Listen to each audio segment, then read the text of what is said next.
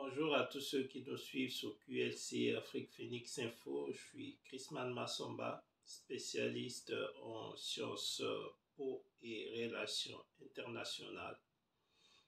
J'interviens particulièrement en cette date du 15 octobre 2024, qui est une date illustre, simplement parce qu'elle est commémorative de la mort d'un homme intègre et juste, un homme hors pair et hors norme, qui fut assassiné le 15 octobre 1987 à Ouagadougou, il y a 37 ans. Il s'agit bel et bien de cette figure emblématique que l'on appelle Thomas Sankara.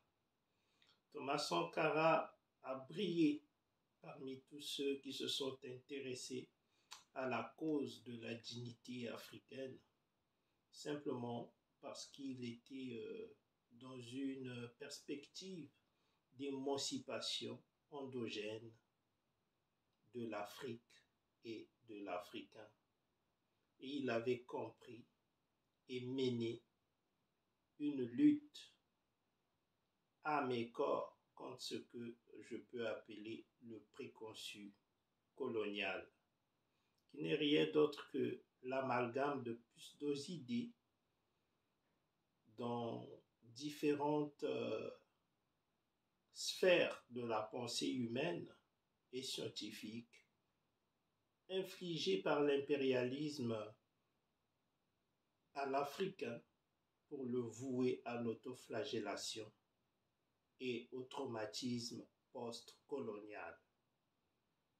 Donc, Thomas Sankara est un homme vraiment qui mérite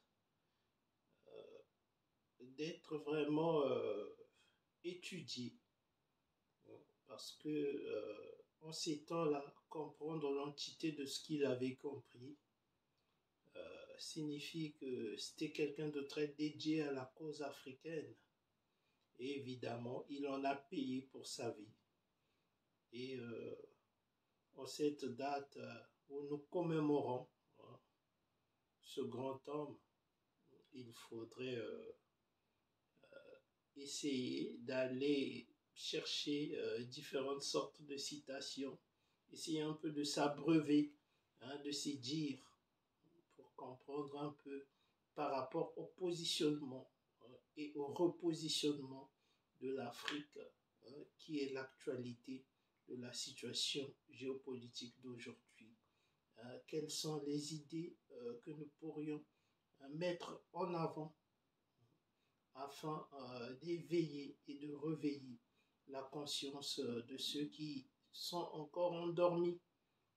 Parce que l'une des caractéristiques de Thomas Sankara, c'est d'avoir foi en l'Afrique, c'est d'avoir compris aussi que l'Afrique a en son sein tout ce dont l'Africain a besoin pour être un être digne et prospère.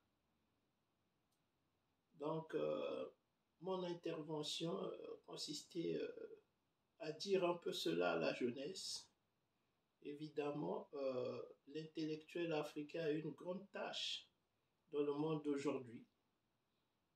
Et comme je l'ai toujours dit, la question de la connaissance n'est pas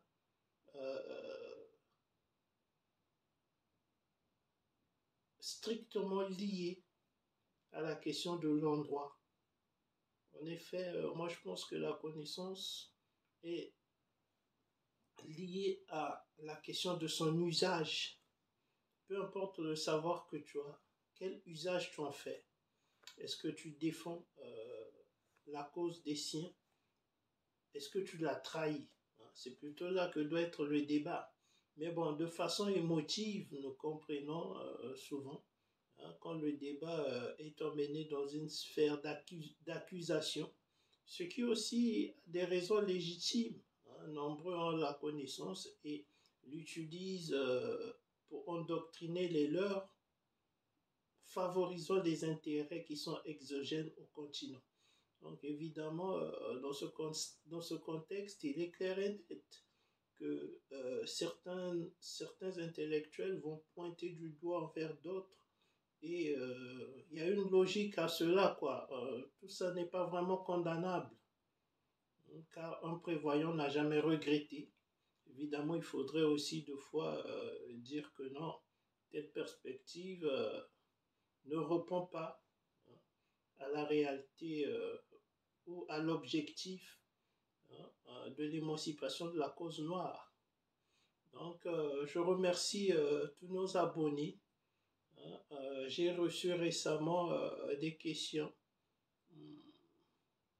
par message de certains qui nous ont demandé d'essayer de faire une vidéo sur la question de la conscience du leadership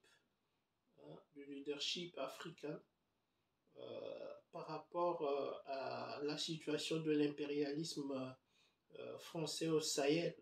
Je pense que c'était Saïd Kombo qui m'a écrit sur ça.